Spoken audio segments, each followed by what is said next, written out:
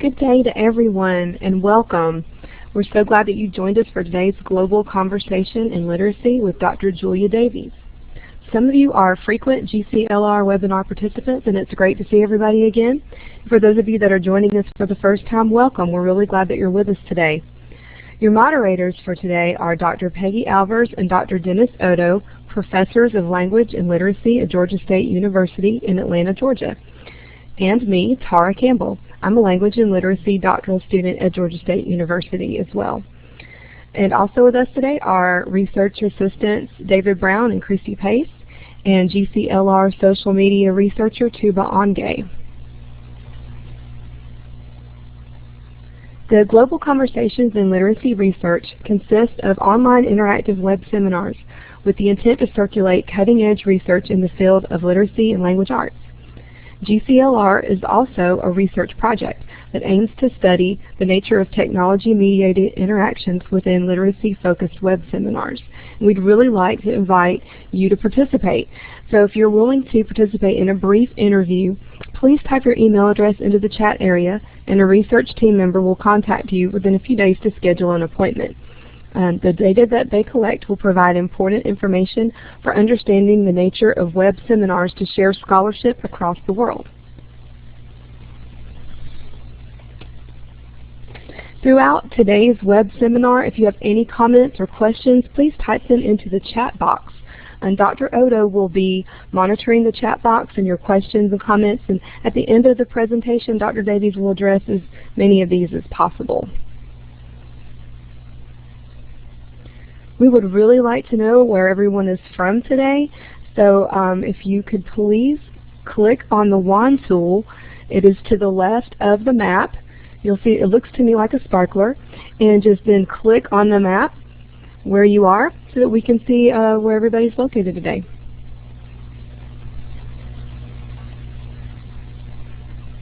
So we've got a nice group, different parts of the U.S. and the U.K.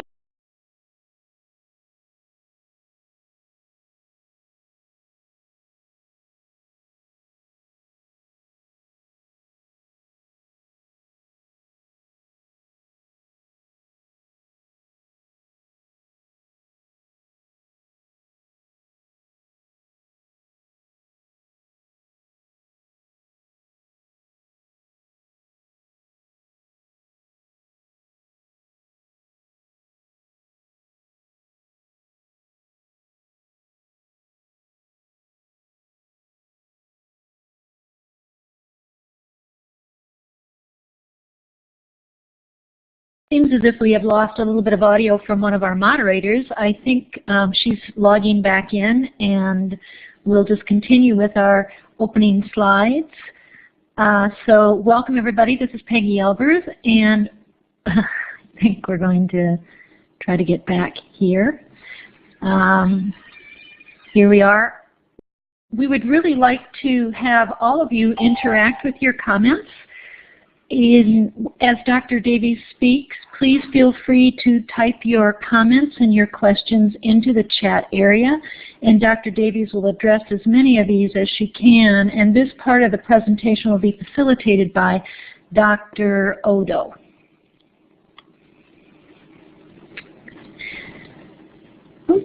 There we go. And Dr. Julia Davies, we are very excited to have her join us today from the UK. She said that it was snowing over there, and so we are all very happy here in the US for some of us who don't have snow, so we're very excited that she's able to join us, because sometimes snow has some issues in terms of projecting vocally. So we're looking forward to Dr. Davies' presentations. As many of you know, she's a highly acclaimed scholar. She's a senior lecturer at Sheffield University in Sheffield, England, and her research interests span digital literacies, online learning, and textual analysis. She's got some new presentations that we hope that you'll check out at Amazon and on her site, and as well as our site as well at GCLR.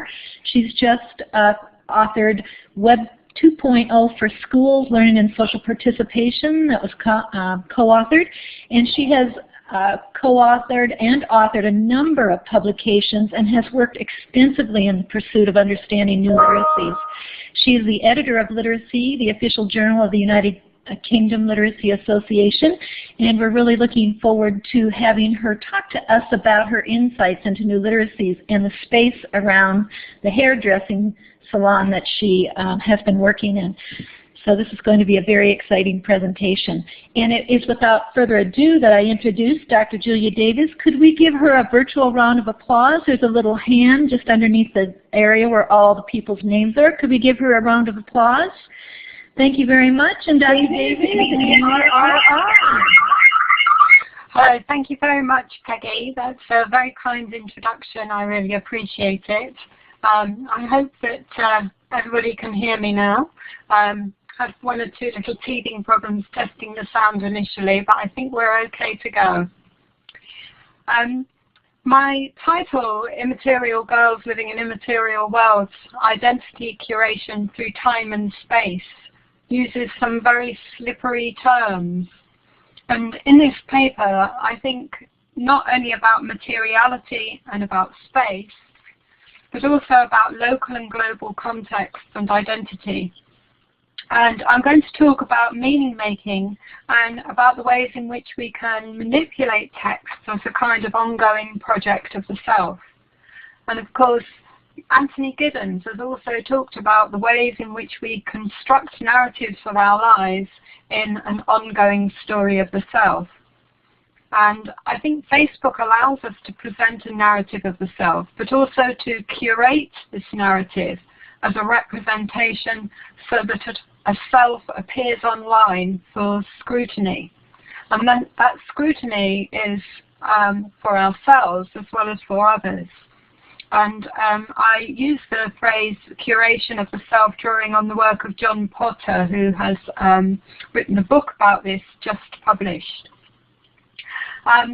There's optimum opportunity for Facebook users, especially prolific users, to see the self as partly constructed by the discourses within the Facebook space. So I think that in Facebook, materiality is problematized, or the sense of what is material and what is not material becomes a moot point. Kevin Leander and Peggy Sheehy blew me away in 2004 with their edited collection, Spatializing Literacy Research, because for the first time I came across this idea about it being possible that discourse can actually produce space. And they say, because discursive practices are located in space, and because discursive practices actually produce space, we propose to disrupt folk notions of how literacies are simply situated. And they talk about an interpretative loss when we consider how practices occur in spaces, because what Leander and Sheehy do is they bring context to the fore as an ongoing process of creation, so that we understand space as something that's produced through our own discourses. And in this way, I'd like to see Facebook as a space that has been constructed through the combined discourses of its participants, and that space is invented and reinvented on a moment-by-moment basis.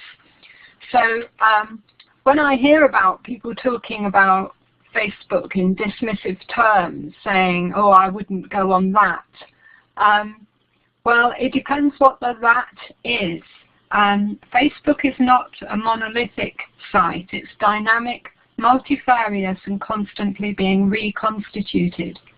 And so those aspects of Facebook mean that participants not only construct the Facebook space, but that they excuse me, jointly construct versions of themselves. And this affects the way in which they regard their own identity and their way of being in the world.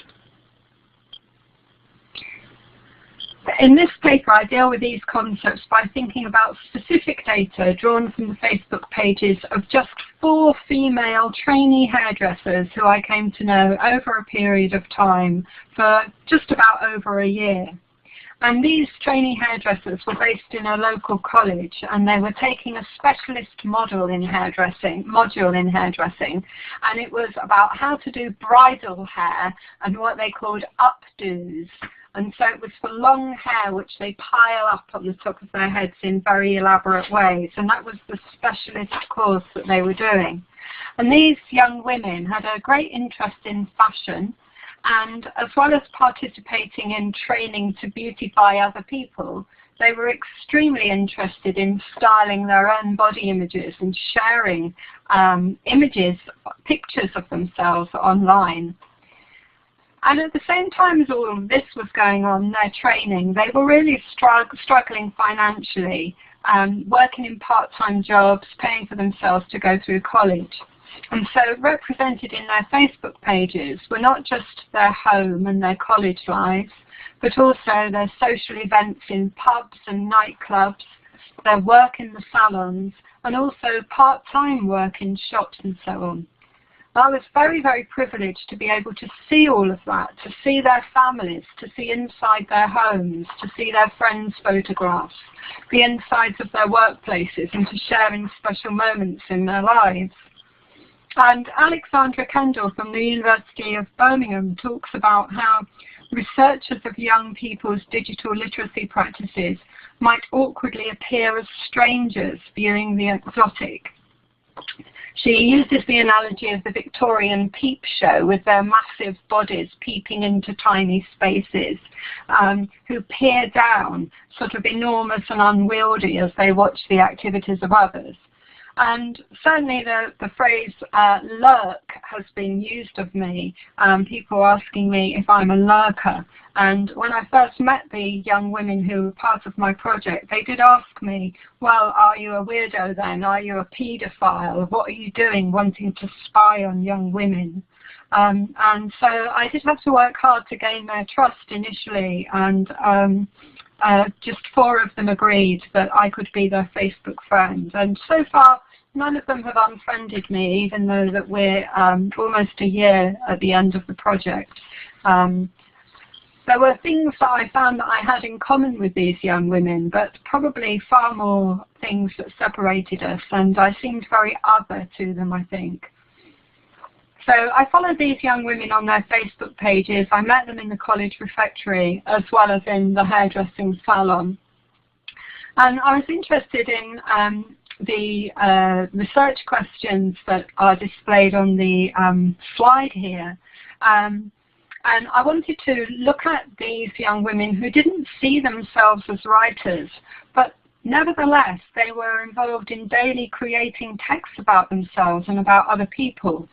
And I wanted to look at the kinds of texts that these young women were producing and to consider the practices that they were engaged in. However, as time went on, I became interested in Facebook as a space as well, which became an unbounded arena that seeked out, not just as a background to the women's lives, but as part of the day-to-day way in which they represented themselves to each other, how they visualized themselves, and the way in which they conducted their discourses. So Doris has written about how web-based practices challenge our understandings of time and space. And there are complicated relationships between the global and the local, which Barton in 2010 talked about. And Jackie Marsh has talked about how young people's interactions in the virtual world of Club Penguin and how the spatiality of learning points to the way in which online and offline spaces are mutually constitutive in children's lives. And people like Leander and McKim have talked about the impossibility of separating online with offline spaces, and about the importance of carrying out what they call connected research, so that you don't just look at the online space, but that you need to move out of that space as well in order to see the dynamics that that take place between those two spaces. In this particular image that you see here on this slide is taken from one of the trainee hairdresser's photo albums, Hannah. She called the photo album Prom, and there were about 26 images of the prom that her school an event on the last day of their school lives. And here she is lying in a very elaborate ball gown, all these girls looking like princesses or something, lying on the ground of the hotel which hosted this great big social event that they've been planning and talking about for over a year before. And while the event is in Sheffield, this event is very much modelled on those which the girls had seen on American TV series, which are avidly watched in the UK. The high school prom is something that's very new to the UK and has been imported from directly from TV programmes that the young people have been watching. So the young people dress up and attend an evening do with a disco. And the materiality of the event is very important, with these glamorous gowns and elaborate hairdos and so on. And this particular set of images got lots of comments on Hannah's Facebook. And so one friend comments something like, "Gorgeous baby girl," with gorgeous spelt G-A-W-J-U-S, gorgeous baby girl.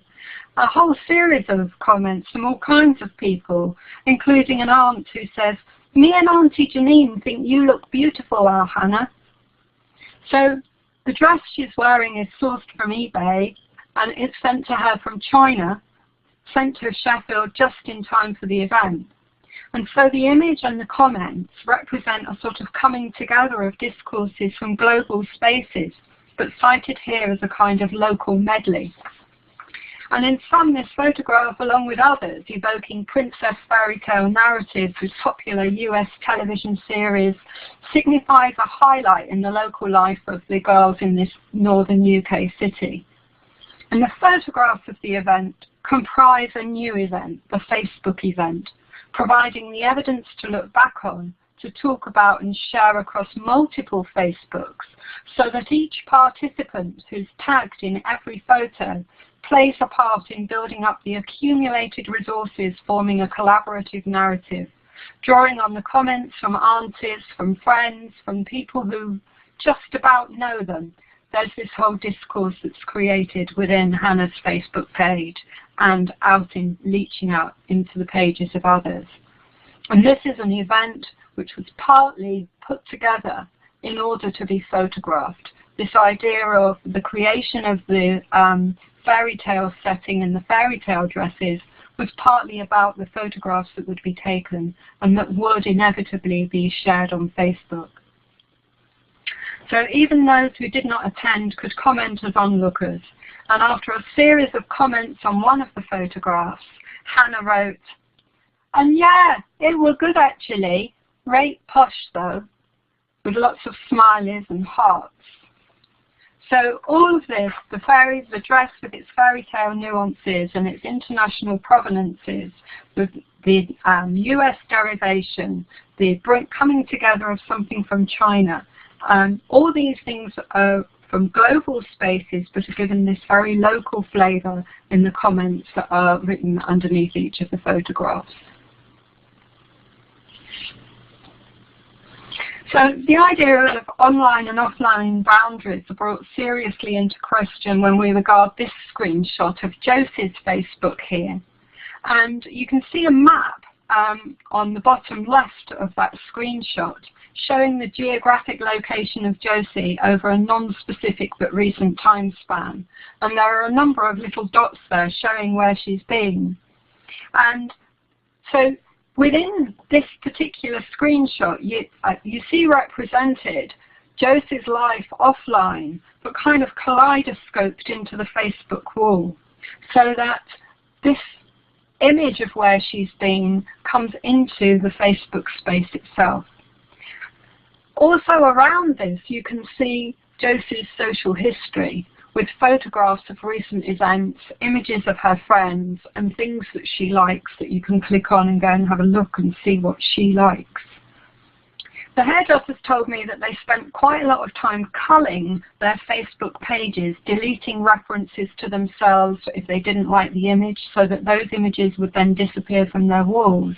And there's a sense in which they live their lives sometimes in anticipation of being on Facebook. Moreover, that not having an online presence is to be viewed as absent from the social scene. One of the girls said to me, pictures are everything. I can't wear the same thing twice because of all the photos on Facebook. Even if you're going out with different groups of people. And she laughed as she said it would be social suicide. No, you don't want people to think you've not got many clothes, and you definitely want them to see you with all your friends. So there's a sense in which this kind of online party is something which not only is an album for them to look back on, but there's a very strong sense of audience that other people are participating in all of this as well. Now I know you can't read this.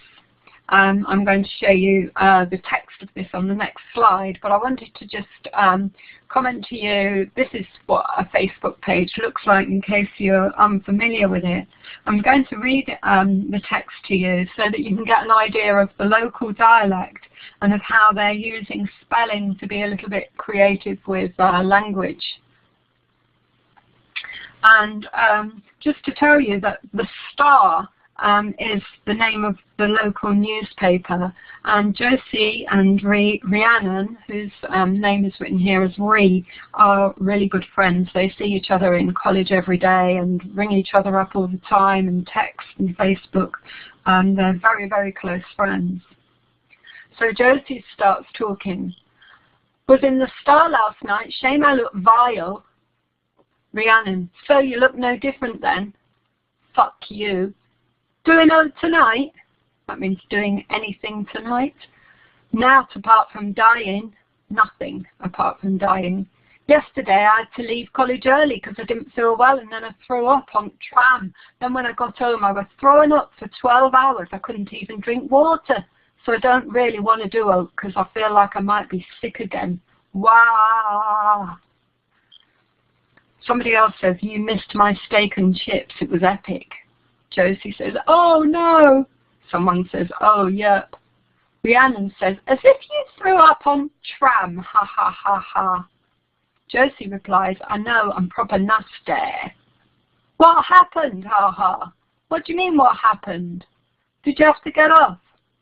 Josie replies, well, I'd just gone past City Hall and I knew I was going to be sick, so I thought I'd get off at West Street so I can get some fresh air. So I went to the doors to get off, but they opened and I threw up and just got off the tram and then got on Nexton. Proper smooth move. Ha ha ha. Can I ring you? Got something to tell you that you won't be interested in, but I want to tell you. Oh, you ring me, please. All right. But I'm going to put you on loudspeaker because I'm going to vom. Don't get mad. So there's a real sense here of Josie and Rhiannon creating a comedy text for their friends to read and enjoy. And Josie presents herself as a very comic character, and she works hard in her writing to evoke the sense of the local dialect. And that's quite a difficult thing to do, but she manages it quite well. And they're sort of playing here and insulting each other, and they swear at each other. Rhiannon insults Josie saying, you look no different then, when she says that she looks vile.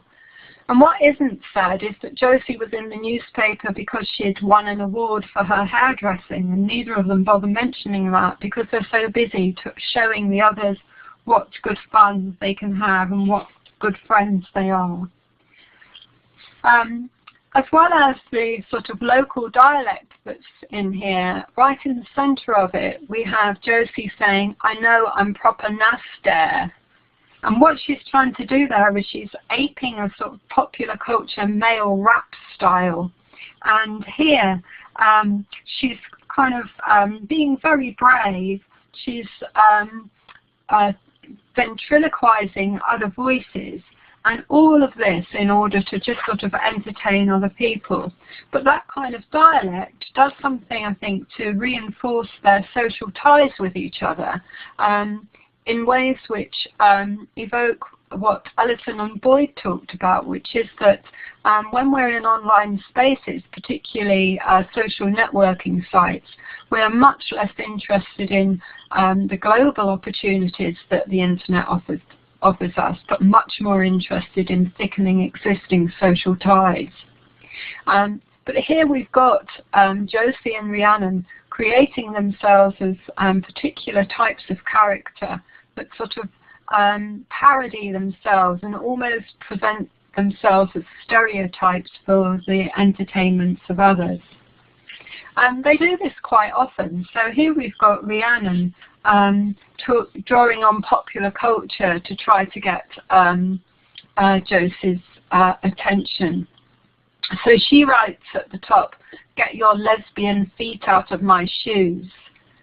And Josie replies saying, "I don't get it." Rhiannon says, "Keira Knightley's mum says it on Bend It Like Beckham," which is a popular UK film, and writes, "LMFAO, laugh my fucking arse off." "No, you say it when I try your shoes on." "I would do if you could fit your fat toe in them." "Oh, Georg is on a diet." "Shut up, my toe is on a diet." OMG, oh my God. So here we've got these girls just playing all the time online. Now you might feel like this is, well, so what? But actually, one of the things that I think is quite interesting about this is that this sort of display of verbal dexterity is very much a display. They could have gone on the instant messaging part of Facebook, or they could have been texting each other on their mobile phones, but what they've done is they've chosen to put this here as a kind of thing for other people to read, but also to put that down onto their Facebook walls as part of their curation of their own identity. And as Barkin talks about, our personal and cultural histories not only mean that we experience, use and interpret language and literacy in ways that reflect accumulations of meanings from our past, but that these provenances influence how we define and redefine space and place. And we recursively and reflexively, I think, define and redefine our relationships as well. And we adjust our sense of who we are and where we are in the world on a moment-by-moment basis by the discourses that we're involved in. And the fact that these stay in the online space for Josie and Rhiannon to look at later, as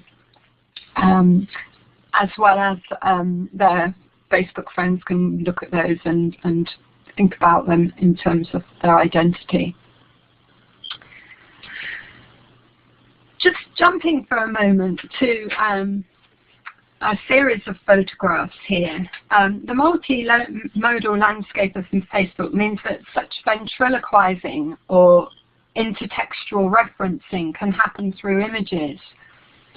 The video of Britney Spears, her "Hit Me Baby One More Time" dancing in school uniform is evoked here in these series of images of Hannah. So there's this one here with very local space outside her house. You can see the camper van in the house opposite and the high hedge. So she's not taken much notice of the background there, but she's kind of representing Britney here in her pose. And I've got the Britney Spears picture somewhere here. Roberta Taylor has referred to something called postural intertextuality. And often the poses that the young women stand in for their photographs to be taken on their Facebook are imbued with the styles from elsewhere. So some photograph albums had features in common with celebrity magazines, showing lifestyles of well-dressed people against a range of domestic and social backgrounds, such as kitchens, nightclubs and bars and so on. But here we saw Hannah standing in a particular pose, and she said to me, "Oh, I just stand how it feels right, or what I think looks good. It's partly to show off your clothes. I like to look back on what I were wearing for things. I stand so the photo looks nice." And I'm just going to very quickly take you to this series of photos as well, which shows Hannah and her friends. If you look at the bottom there, Hannah and her friends getting ready for a night out. It's the night before Halloween, and this is them getting dressed up as in bandages, blood stained with red lipstick and so on, and posing for the camera in Hannah's house. And in fact, Hannah tells me that in the end they didn't go out because they had such fun getting ready to go out, and that the whole thing anyway was about putting the pictures on Facebook and posing. And you can see that on the top left there, Hannah picked one of those images for her profile, so that would be there for quite a while. So this postural intertextuality, I think, is an interesting thing whereby consciously or unconsciously the young people are imitating what they're seeing in the media and drawing on those discourses and reinterpreting them in their Facebook pages.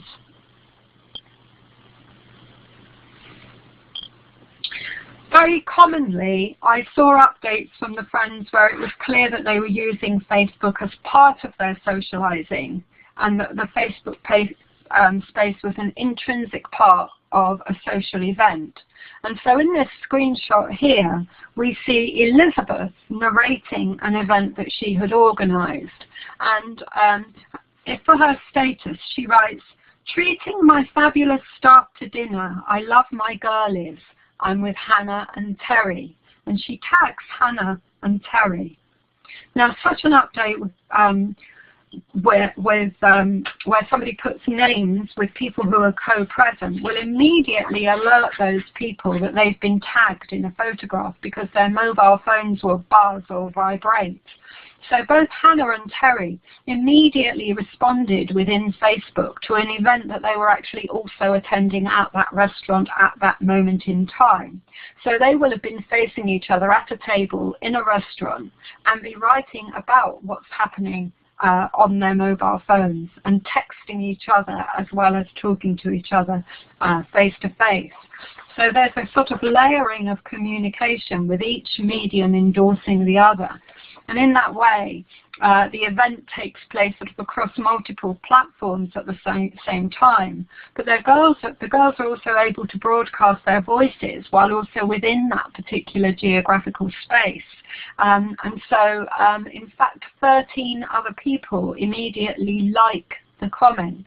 So it's almost as if those people are occupying the same kind of space, whether that's at the restaurant or within the Facebook world, if you like. So while Facebook again has the potential to become a back channel for transgressive commentary, actually there's a sense in which the girls are performing as if on a back channel in a way that endorses their friendship, so that their friendship is kind of doubly endorsed.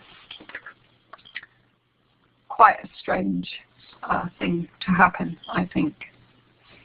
And this whole thing about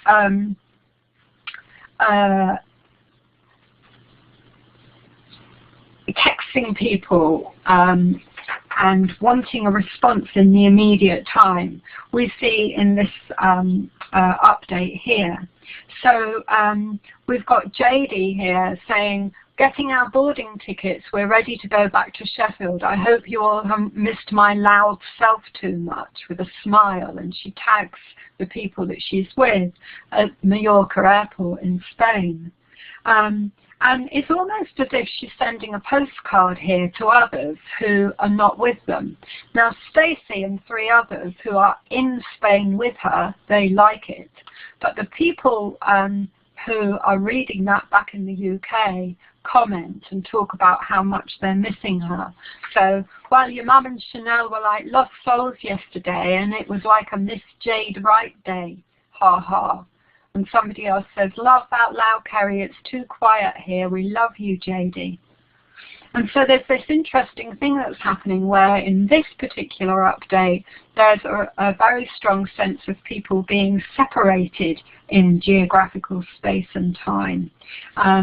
And the words that we see here are intended to draw people closer together, but actually what we see is that they are a long way apart.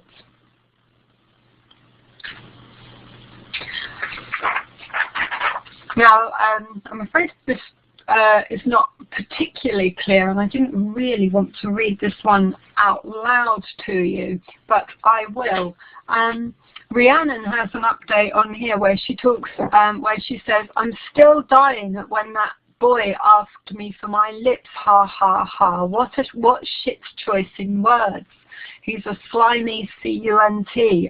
I can't get the blood off me still, for fuck's sake." So she's using very, very taboo language here, and she's just putting that out there, not addressing a particular person at all, but actually being very kind of unfeminine, if you like, being very transgressive about what she's saying. And lower down that screenshot, you can see things that she'd said earlier, pretending to be a man with a penis. And she's saying, "Shall I draw with a penis? Shall I sculpt the penis? Should I conduct with my penis? I'm dying." And when I later spoke to Rhiannon, she said that she was really drunk when she updated those particular, at that particular time. And so what I think is happening here is that she's not just being transgressive and involved in parody, but she's sort of peeping behind the veneer of femininity that most of the time that they try very hard to set up for themselves. And it's as if she's kind of wanting to challenge others to comment, but there's a resounding silence, as you can see, and nobody wants to involve themselves in that.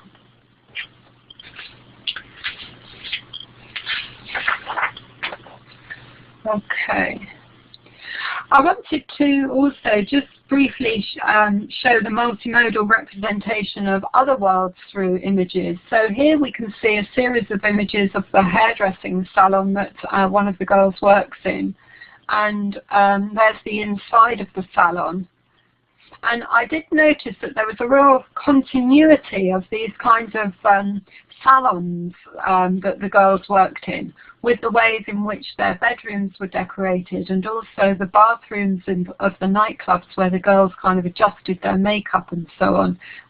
Many pictures of the nightclub bathrooms with the girls doing each other's lipstick and hair. And I accidentally put these photos in twice, so I shall skip forward. Now, I did share some writing with my Facebook informants who, very true to form, responded online. They seem to have been flattered and mystified to see how their words had appeared in an academic context. And so here they are talking together, and so that I could see that they were talking in private messaging, they pasted onto their Facebook wall a screenshot of their private text message where Rhiannon had said, "I've got a degree in conducting with my penis." And Josie had replied, "In it, degree in being sick on the tram." Rhiannon replies, "Degree in watching porn." Josie says, "A degree in eyelashes not fitting over my glasses." Rhiannon says, "A degree in being a slut on a hoe." And here I feel like they're replying back to me, teasing me about being academic. Yeah, there's this kind of scary moment, really, where I thought they hate me. They're totally ridiculing the way in which I've written about them. And I met them and talked to them about this, and they were both very happy with what I'd written, and they were both very happy still to have been involved in the project, and were just very interested in how I had talked about their language, and how I hadn't been shocked and hadn't kind of been too frightened to include it within my project. So that's just sort of to share with you something around what can sometimes be a little bit uncomfortable in academic research, particularly when you're getting very close to your participants in this way. I want to just close this before we open up for questions to say that digital text, I think, have reawakened us to question the nature of what you might call the actual and the virtual world, or the material and the immaterial.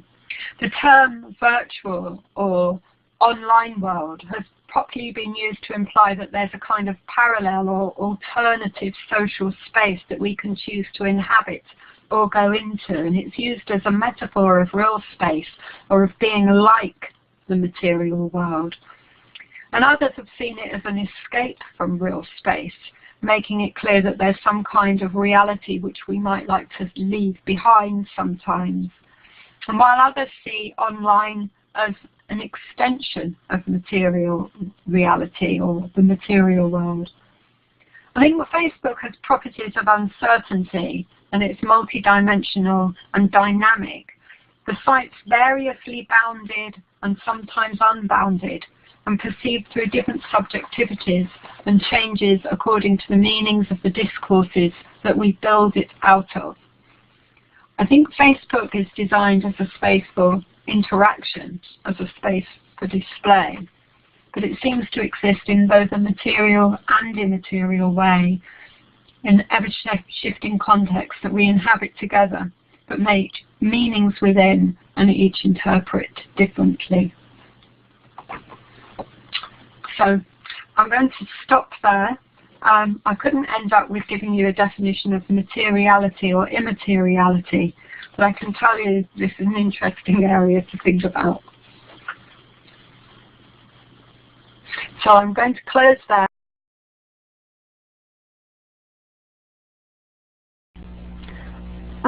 Sorry, Dr. Davies, I hope I didn't cut you off there, but that was fabulous. Thank you so much for your insightful presentation. You've given us so much to think about, this immaterial, material dichotomy, and online spaces and our offline spaces, and what is the relationship between those places.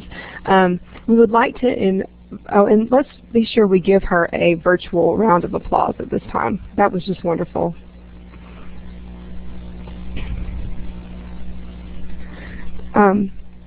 We do want to invite Dr. Davies to answer any questions that you may have had, and so I'm going to turn things over to Dr. Odo at this point. Great. Thanks very much, Tara.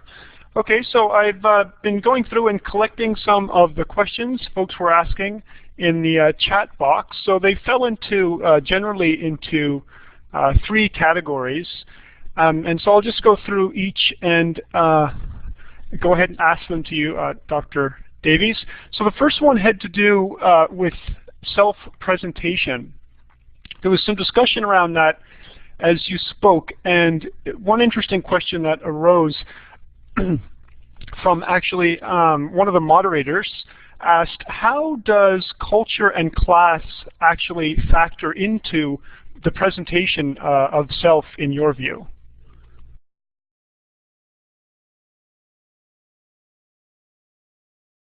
You'll need to turn your mic back on. Thank you, sorry. I think it's an interesting question, and I was very aware of class throughout this project in particular. And I think the reason why I was so aware of class was because these young women were a long way from the social class that I am in. And it did make me feel quite awkward at times, because I was entering into worlds that I had never lived in. My previous research had been looking at the Facebook pages of people who were of a similar age to these girls, but who were at a school doing very academic qualifications, and who were very skilled writers, and who were very interested in talking about identity when I talked about Facebook with them. What surprised me was that these young women were really interested in talking about identity as well, and were as able to analyse what they were doing within Facebook as the more so-called academic kids. So that was something that was really interesting to me. But I think that Facebook interaction definitely reflects the social classes and cultures that particular people have, and that within Facebook, the way in which people behave towards each other is very, very similar to the way in which they behave towards each other offline. However, I would also say that as time goes on, different microcultures evolve within that online space, which then impact later on those people when they meet each other offline. So their relationships develop in new ways and develop interesting kind of social histories and nuances. But I think that always and forever rooted in their sense of who they are in relation to class and culture before they ever go in, if that answers your question. That's great. Thanks very much. Okay, I have another question that is actually, it came up in a few different threads through the conversation. It relates mostly to methods. And so one sort of section of this question is, could you talk a little bit more about how you analyze the data and what kind of theories informed your analysis? And then the second part is, you mentioned about how your participation in the research didn't alter their behavior. How much do you think that your participation, if you could talk a little bit more about how you think that might have altered their behavior?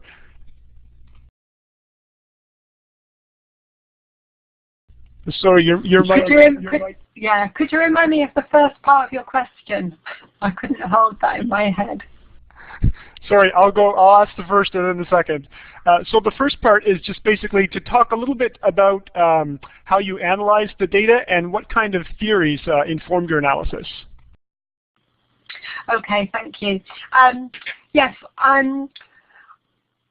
as a researcher, I've always been interested in language, and I've begun with the language always first, and so looking very closely at the text in terms of the kinds of words that people were using, which was why I ended up, I think, very interested in those stretches of text where they're using very strong dialect, or where they're imitating the discourses from popular culture texts such as rap, or such as from film and so on.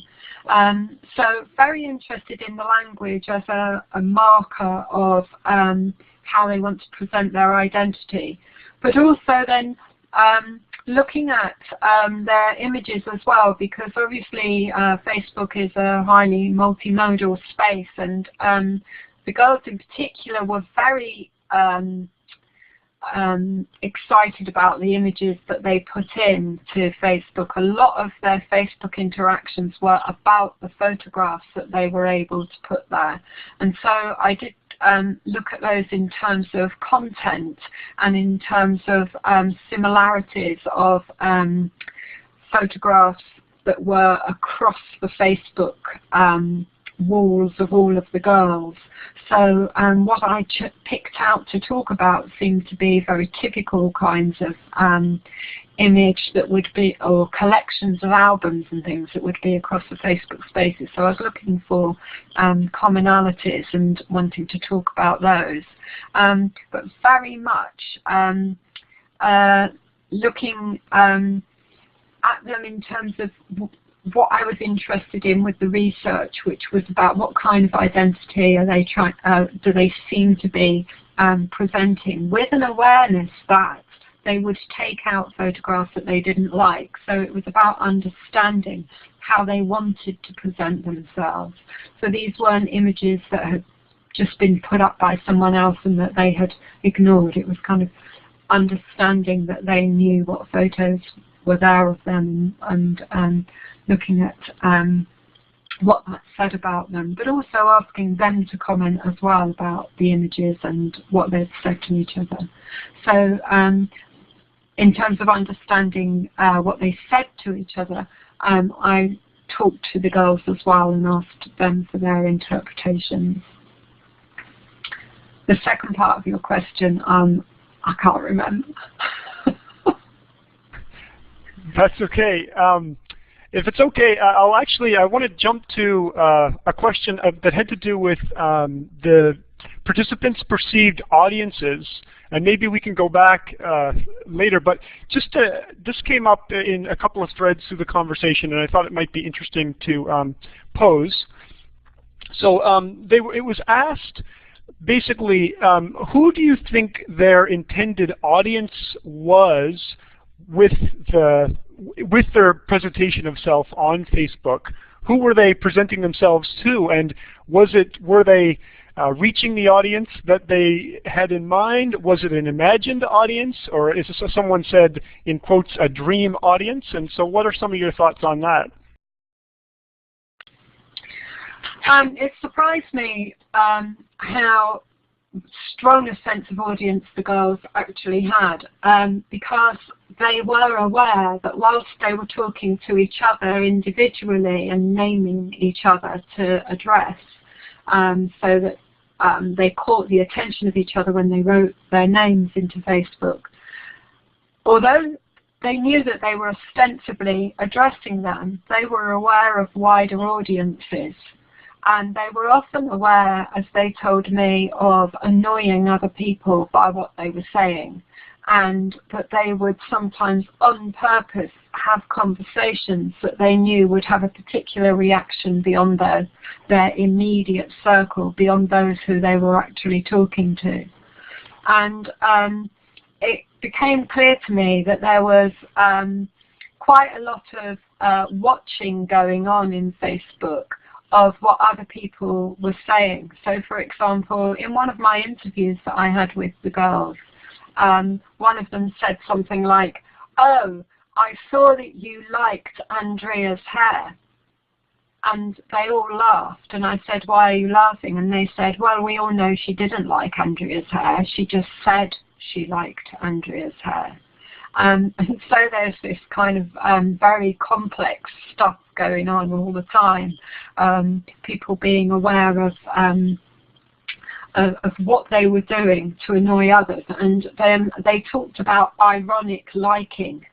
And so the like button within Facebook, which I thought was simply a like button, had all kinds of meanings within their circles, and they were using it in different ways. So they had quite a sophisticated sense of what they were doing. Oh, that's great. Thank you very much. So another question related to the presentation of self and the kind of the people who were presenting themselves has to do with gender.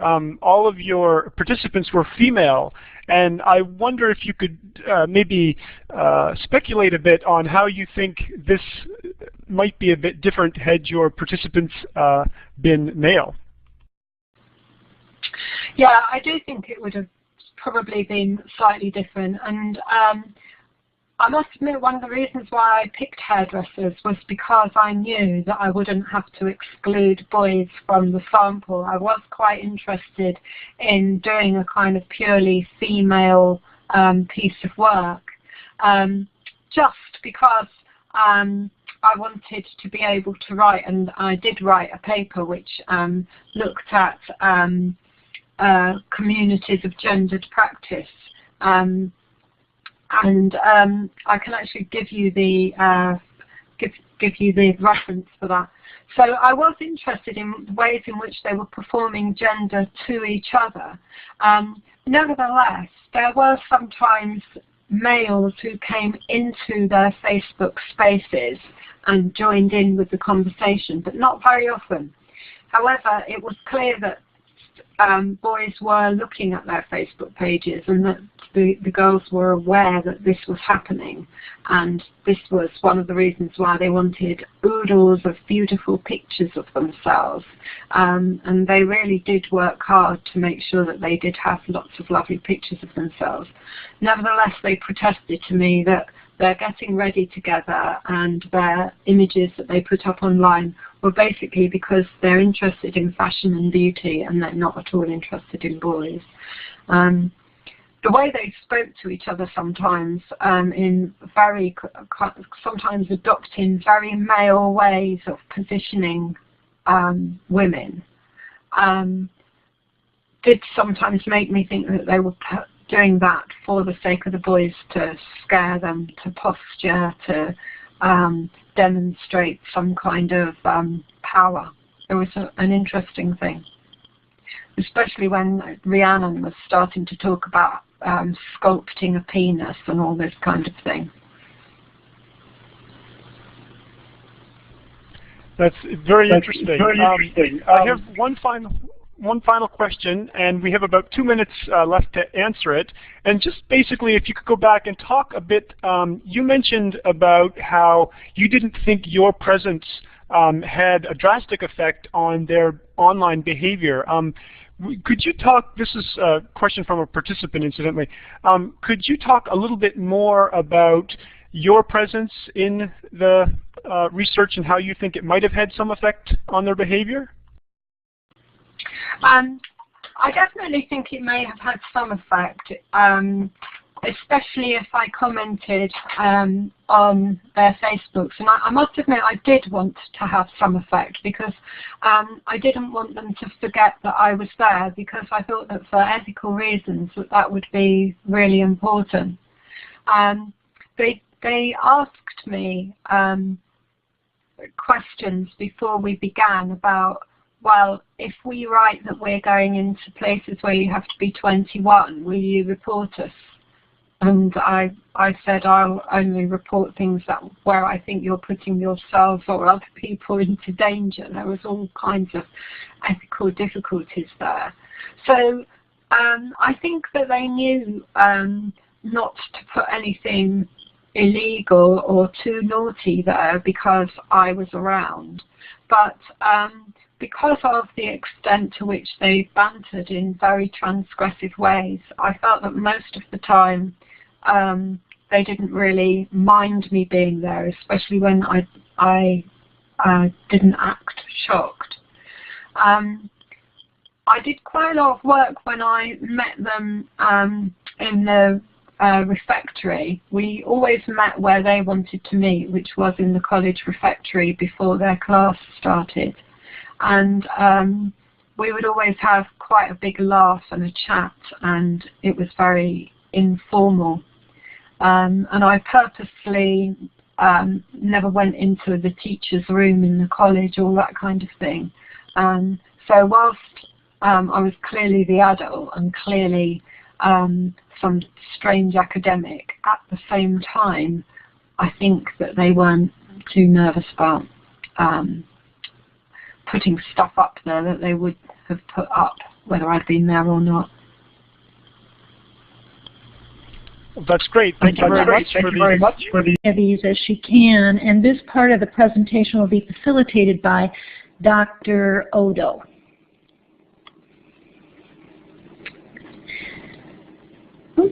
There we go.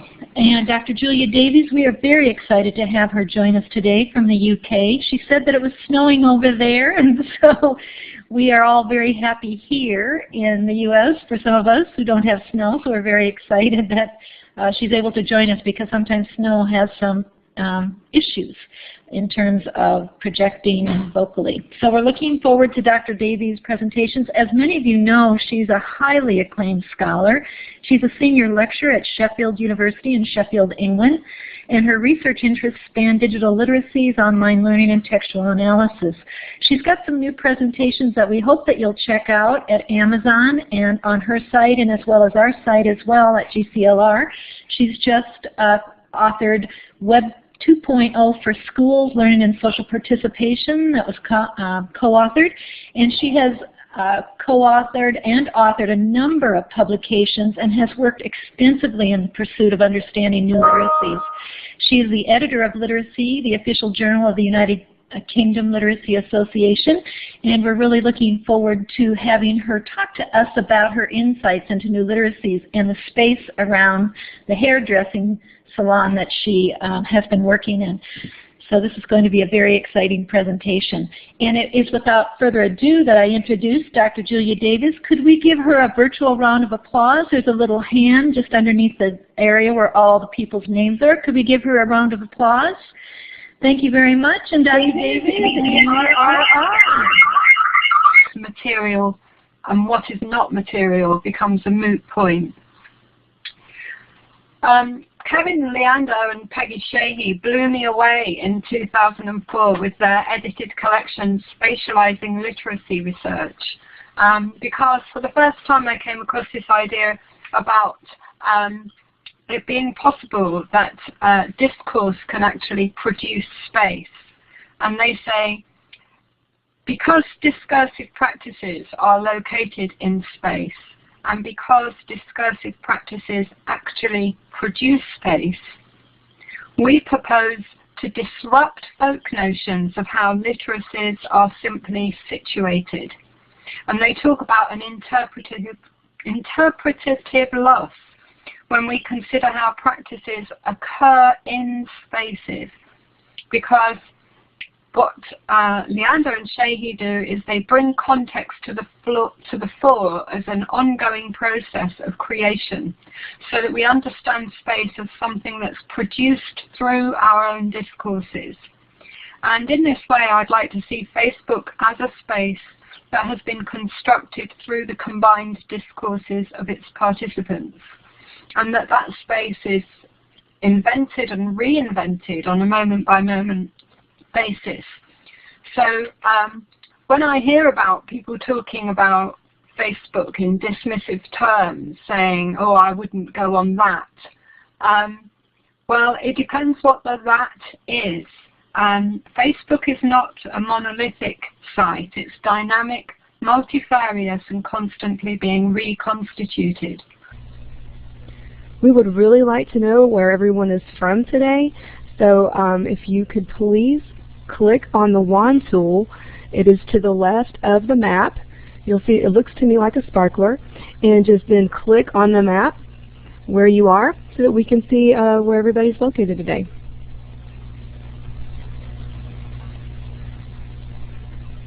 So we've got a nice group, different parts of the US and the UK.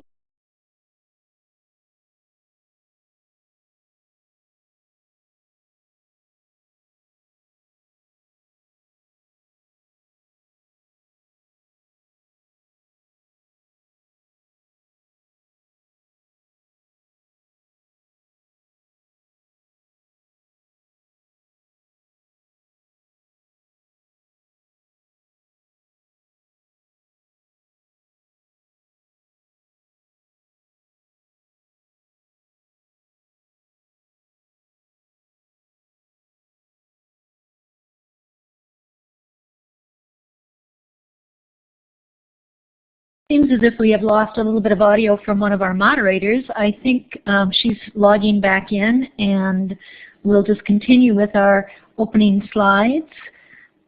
So welcome everybody, this is Peggy Albers, and I think we're going to try to get back here. Here we are. We would really like to have all of you interact with your comments.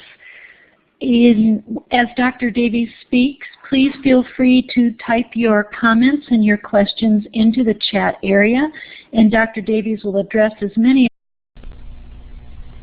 Good day to everyone, and welcome.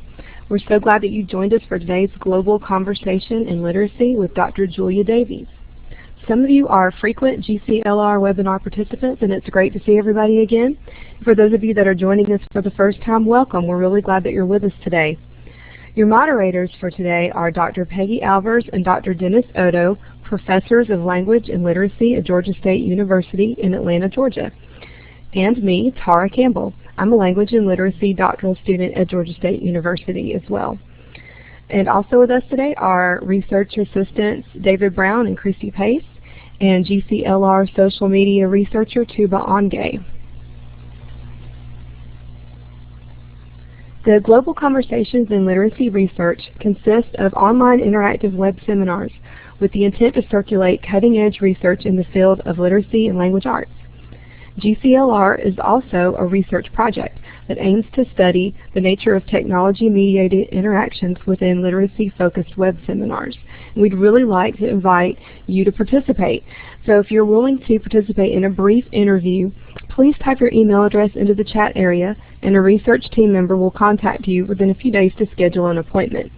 The data that they collect will provide important information for understanding the nature of web seminars to share scholarship across the world. Throughout today's web seminar, if you have any comments or questions, please type them into the chat box. And Dr. Odo will be monitoring the chat box and your questions and comments, and at the end of the presentation, Dr. Davies will address as many of these as possible. Hello, thank you very much, Peggy. That's a very kind introduction. I really appreciate it. I hope that everybody can hear me now. Had one or two little teething problems testing the sound initially, but I think we're okay to go. My title, Immaterial Girls Living in Immaterial Worlds, Identity Curation Through Time and Space, uses some very slippery terms. And in this paper, I think not only about materiality and about space, but also about local and global context and identity. And I'm going to talk about meaning making and about the ways in which we can manipulate text as a kind of ongoing project of the self. And of course, Anthony Giddens has also talked about the ways in which we construct narratives of our lives in an ongoing story of the self. And I think Facebook allows us to present a narrative of the self, but also to curate this narrative as a representation so that a self appears online for scrutiny. And then that scrutiny is for ourselves as well as for others. And I use the phrase curation of the self drawing on the work of John Potter, who has written a book about this, just published. There's optimum opportunity for Facebook users, especially prolific users, to see the self as partly constructed by the discourses within the Facebook space. So I think that in Facebook, materiality is problematized, or the sense of what is